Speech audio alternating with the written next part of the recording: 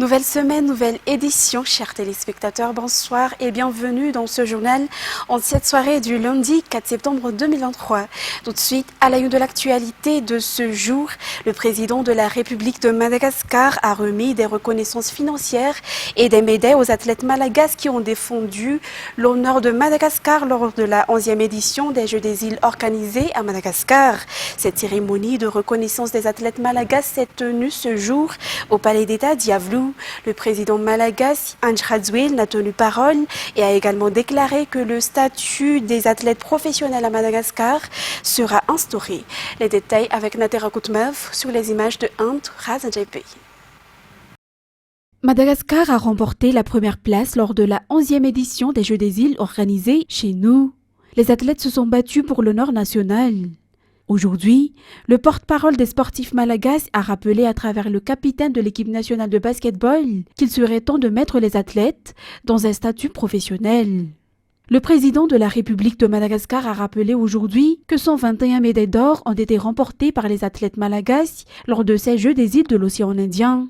Il a remercié les athlètes pour leurs énormes efforts et a également déclaré qu'ils disposaient désormais d'infrastructures aux normes pour leur permettre de s'entraîner. Après les efforts, les récompenses. Ainsi, l'État a octroyé une prime de 5 millions d'ariary pour chaque médaille d'or récoltée par les athlètes aux Jeux des îles, 3 millions pour l'argent et 2 millions pour une bronze. Le président de la République, Andry Rajoelina, a également évoqué une prime destinée aux membres du staff. D'autre part, il a également distingué les disciplines dans lesquelles 13 médailles ont été remportées, notamment le karaté, le taekwondo et le judo. Le gouvernement, à travers le président malagasy, a reconnu les efforts déployés par ces athlètes lors des Jeux des îles.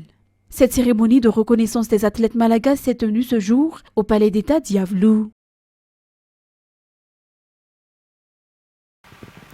Page politique pour continuer. Le parti politique TGV Otanura Malagasy Voun effectue depuis ce jour son congrès national qui se poursuivra demain au CCI VAT.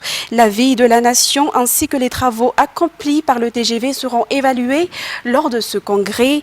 Il y aura également une annonce importante qui sera faite par le parti politique TGV demain lors de la clôture du congrès. Les participants ont également demandé au président de la République de poursuivre les travaux de développement du pays. Les détails avec Radra Manazatouf, Anzara Tonarvel et Braz Denilsa. Les membres du parti politique TGV de toute l'île se sont réunis aujourd'hui au CCI VAT pour son congrès national qui durera 2 jours. Le CCI était peint aux couleurs orange aujourd'hui. La preuve que le parti TGV à Madagascar dispose encore de la majorité. Le congrès du parti a réuni des Tangalamènes, des Oulbés de nombreuses régions, des maires et des conseillers municipaux, des parlementaires, des sénateurs et des secrétaires nationaux du parti politique, les dirigeants du parti TGV dans chaque région, dans chaque district et dans chaque commune et bien d'autres. Tous ceux qui sont venus au CCI VAT ont constaté le développement qui a été réalisé dans le pays. Et c'est notamment la raison pour laquelle ils croient en la force de ce parti politique pour affronter l'élection présidentielle qui aura lieu le 9 novembre prochain. Les participants demandent également au président de la République de poursuivre les travaux de développement entamés durant son mandat. Le secrétaire national du parti politique TGV a appelé à la solidarité de tous pour la promotion des réalisations de ce parti lors de son discours d'ouverture du congrès aujourd'hui. Le parti politique TGV est ouvert à tous, confirme-t-il. Après la cérémonie d'ouverture, tous les participants au congrès ont effectué des réunions de commission. De nombreux sujets ont été abordés lors de ces réunions. La vie de la nation, ainsi que les travaux accomplis par le TGV seront évalués lors de ce congrès. Et une grande annonce clôturera le congrès pour demain. Toujours dans ce même contexte, la région Bongulav est l'une des régions qui ont bénéficié également des travaux de développement mis en œuvre par le gouvernement actuel, selon les maires dans le district de Tirouanoumadit et de Fenoirif Bay qui composent la région Bongulav. Ces derniers qui se sont regroupés dans une organisation, notamment le Firesankinan Fikampanani Bongulav, ont lancé un appel à la candidature du président de la République, Andry Rajoelina, pour l'élection présidentielle du 9 novembre. Radra Manazatouf. Les maires, associations, ainsi que les partisans du gouvernement de la région de Bongouilave ont organisé un événement de grande envergure en fin de semaine. Un événement présidé par le gouverneur de la région de Bongouilave. Parallèlement à cela, ils ont annoncé que le développement est palpable dans la région de Bongouilave à travers les travaux de développement que ce gouvernement a mis en œuvre. Des travaux dont presque toutes les communes et districts dans cette localité ont bénéficié. Ainsi, l'association des maires ainsi que différentes associations dans la région Bongouilave ont lancé un appel au président de la République, Ange Radouane, à se présenter à l'élection présidentielle qui se tiendra le 9 novembre prochain. L'association Fraisinkinani Bongouilave, ou FFB, dirigée par le gouverneur de cette région, a également été créée à cette occasion, qui a pour but de poursuivre les travaux de développement dans cette localité. En éducation, la nouvelle année scolaire 2023-2024 a débuté aujourd'hui selon le calendrier pédagogique publié par le ministère de l'Éducation nationale. Une prise de contact et transmission des instructions aux élèves ont eu lieu ce jour à cet effet. Fajissena Mireille sur les images de Yves Chanel.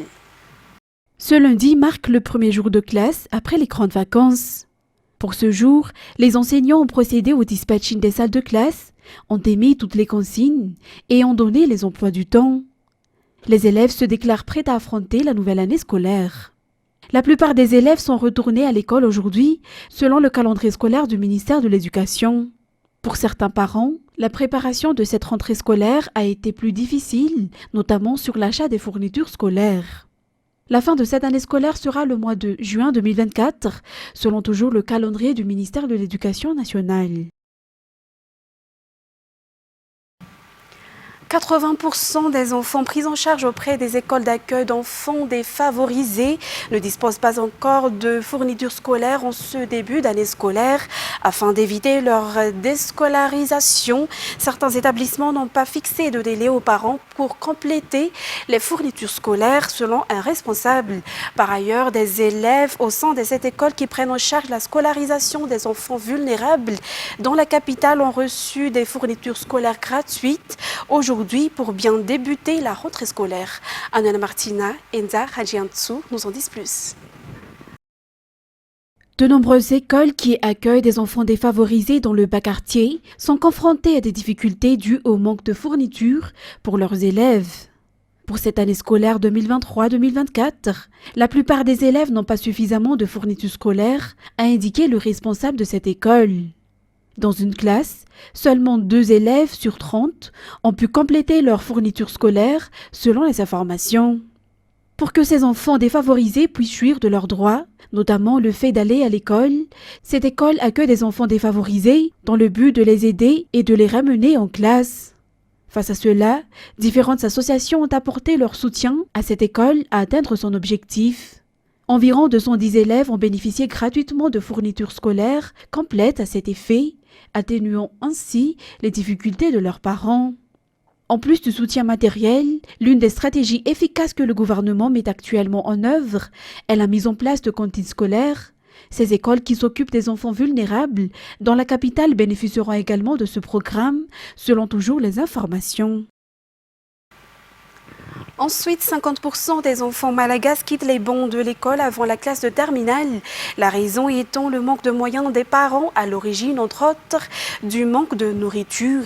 Les cantines scolaires gratuites sont déjà mises en place dans les EPP, mais la production dans ces écoles sera privilégiée. Un forum national sur l'alimentation scolaire, organisé par le ministère de l'Éducation nationale, le ministère de l'Agriculture et de l'Élevage et le PAM se tient ce jour jusqu'à demain à Ivanj. Sur les images de Yves Chanel. La malnutrition est l'une des raisons de l'augmentation du nombre d'abandons scolaires, surtout dans la petite section jusqu'à la classe de 3e. Il existe déjà un programme d'alimentation scolaire en collaboration entre le PAM et le ministère de l'Éducation nationale et environ 1000 écoles primaires du Sud en bénéficient. Cependant, les écoles ne doivent pas se contenter de recevoir de la nourriture, mais doivent également être capables d'en produire afin d'atteindre l'autosuffisance alimentaire. À cet effet, un forum national organisé par le ministère de l'Éducation nationale, le ministère de l'Agriculture et de l'Élevage et le PAM a lieu pendant 2 jours à compter de ce jour à Ivanj. Les recommandations issues de ce forum feront l'objet d'une déclaration des engagements du gouvernement malagasy en termes d'alimentation scolaire à présenter lors de la réunion globale de la coalition en octobre à Paris. Passons à présent aux actualités internationales. Destination Gabon. Le général Brice Oligui, qui a renversé Ali Bongo, a promis lundi, en prêtant serment en tant que président de la transition, de rendre le pouvoir aux civils par des élections libres, transparentes et crédibles, sans en préciser la date. France 24.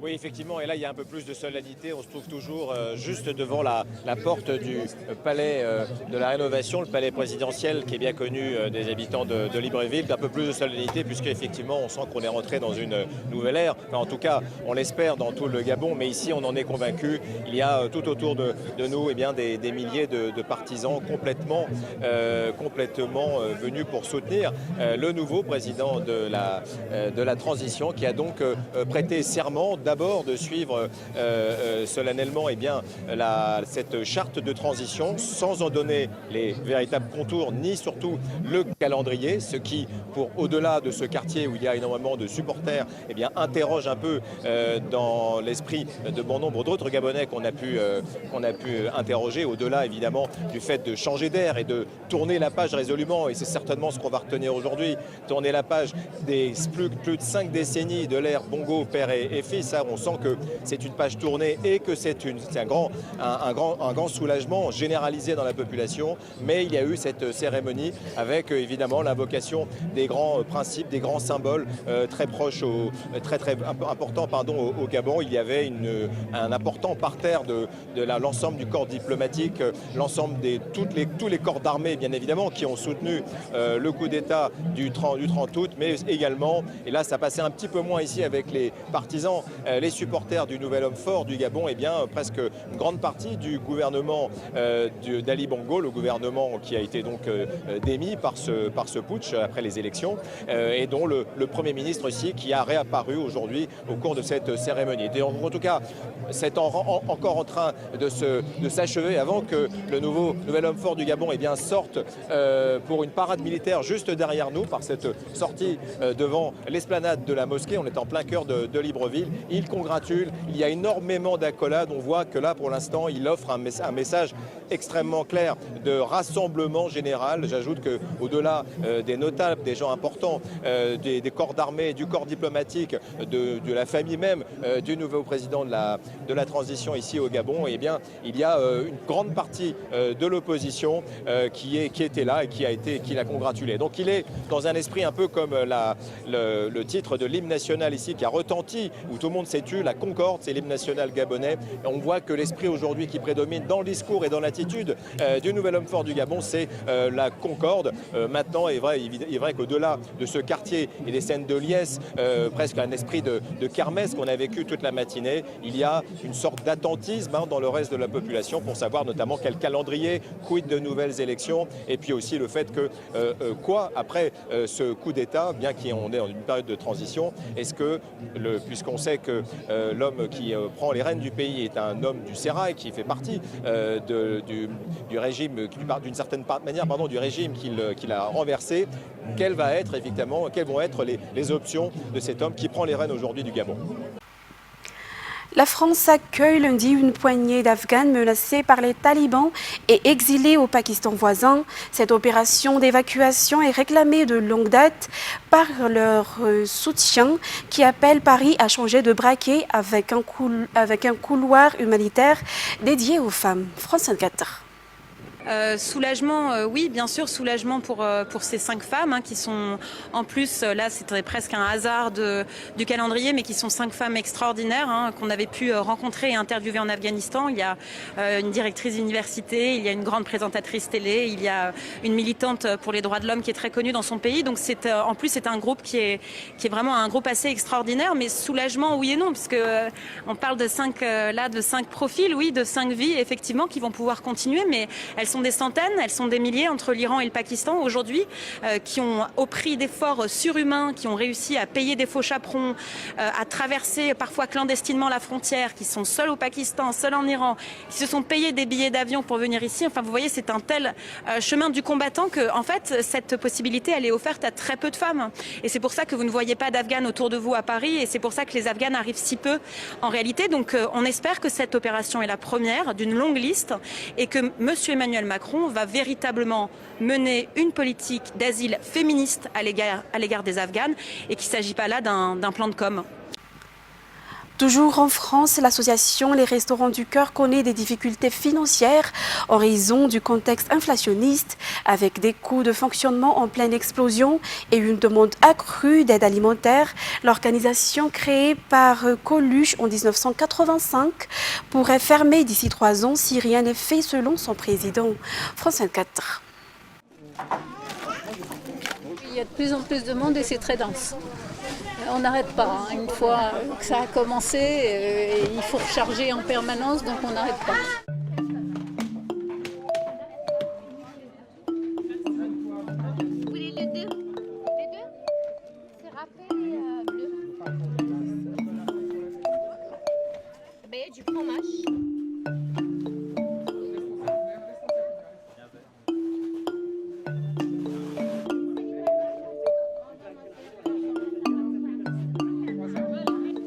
Ce qu'on constate cette année, c'est une augmentation très importante du nombre de personnes que nous accueillons, puisqu'à date, par rapport à l'année dernière, on est à plus 37%. Je crois que la moyenne à Paris est à 24 de mémoire, et en France, on est à un peu plus de 20. C'est très important. Tout ça couplé avec l'inflation, il y a un effet de cisaille pour les restos qui font que c'est difficile dans cette situation.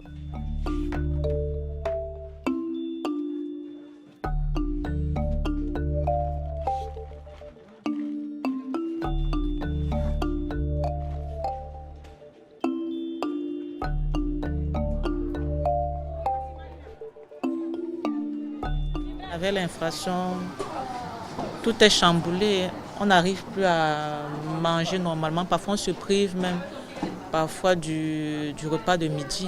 Si on arrive à déjeuner le matin, à midi, non, on attend le soir. Bon, les enfants, je peux dire, ils essayent.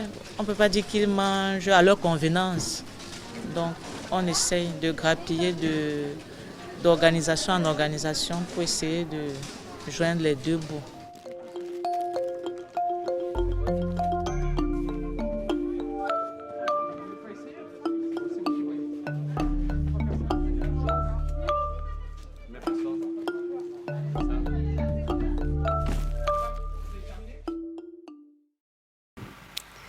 Chers téléspectateurs, c'est la fin de cette édition. Nous vous remercions de l'avoir suivi jusqu'à son terme et rendez-vous demain pour de nouvelles actualités. Au revoir.